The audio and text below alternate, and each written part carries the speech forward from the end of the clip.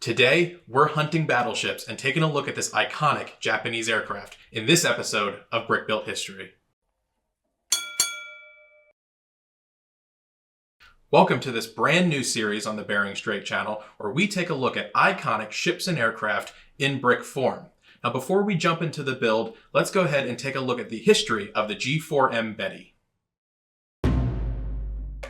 The Mitsubishi G4M Betty was a long-range medium bomber which first flew in 1939.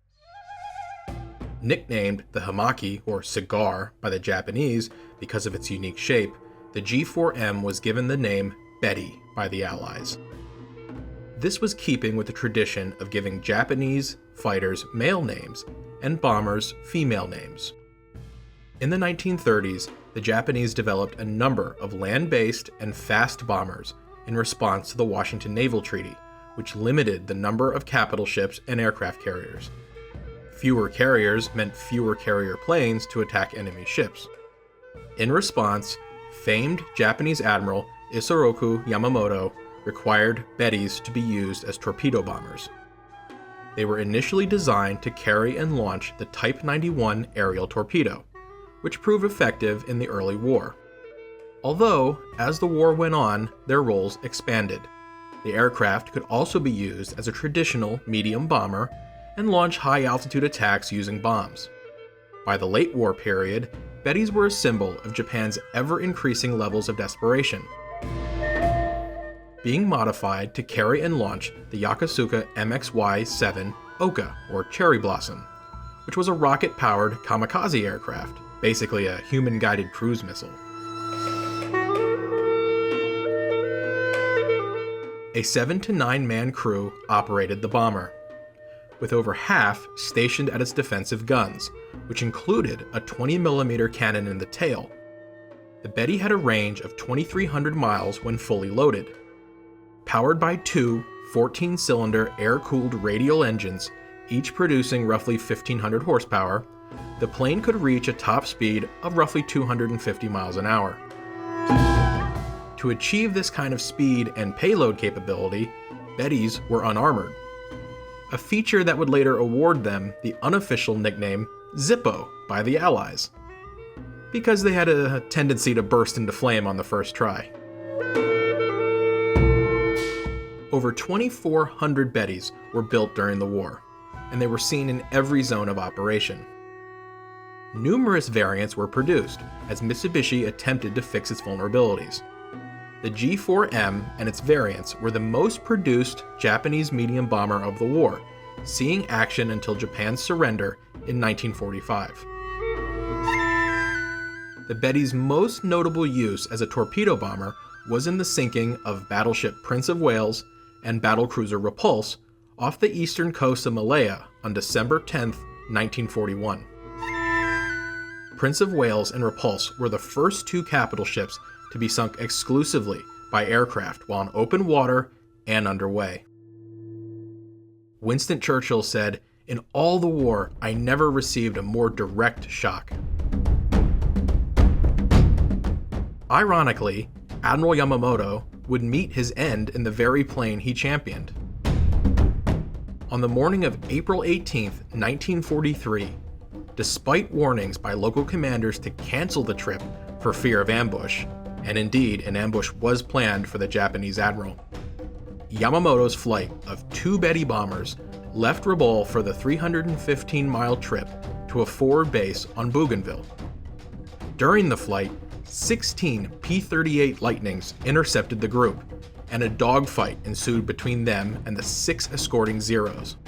First Lieutenant Rex T. Barber engaged the first of the two Bettys, wearing number 323 on its tail. Unknown to Barber, this was Yamamoto's Betty. He fired on the aircraft until it began to spew smoke from its left engine. Barber turned away to attack the other Betty as Yamamoto's plane crashed into the jungle. The crash site, along with Yamamoto, were found the next day by a Japanese search and rescue party. To the United States, Admiral Yamamoto's death was the final act in avenging Pearl Harbor.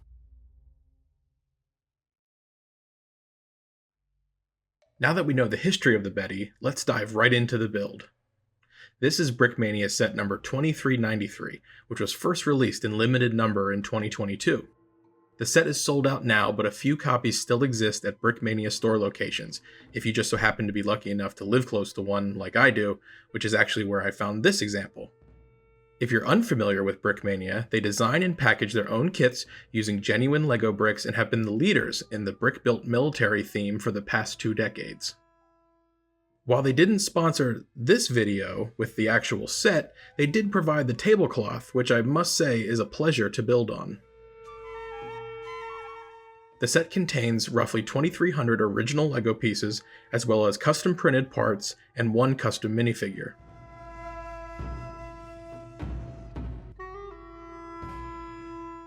Unlike modern Lego and Kobe sets, which feature numbered bags and instructions to match, this set packages all its pieces together.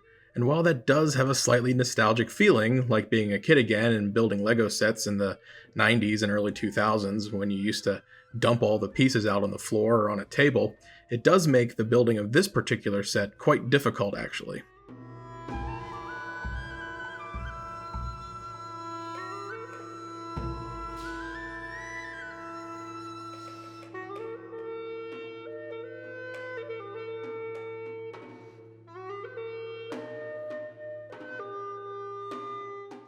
As you can see, most of the pieces are light gray and dark green, so a lot of the build time I spent just searching for pieces on the table.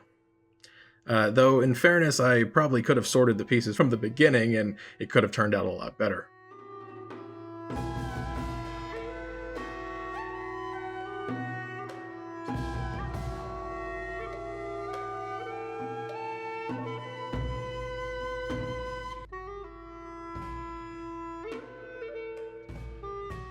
One of the biggest challenges while assembling this kit was just holding and dealing with the airplane itself.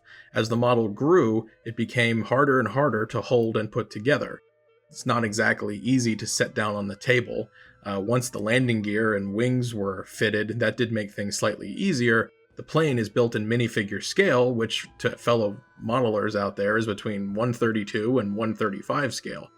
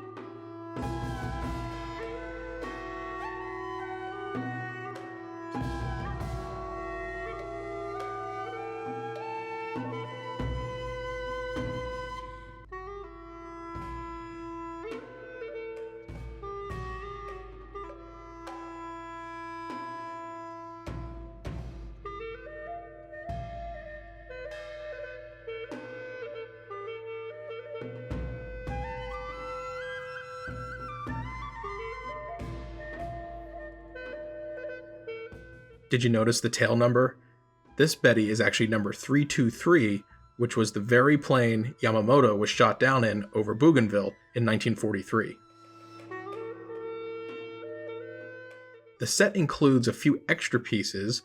The main build features the Type 91 aerial torpedo, which fits up into the bomber's bomb bay. It also includes pieces to include a full complement of bombs, which also fit in the bomber's bomb bay.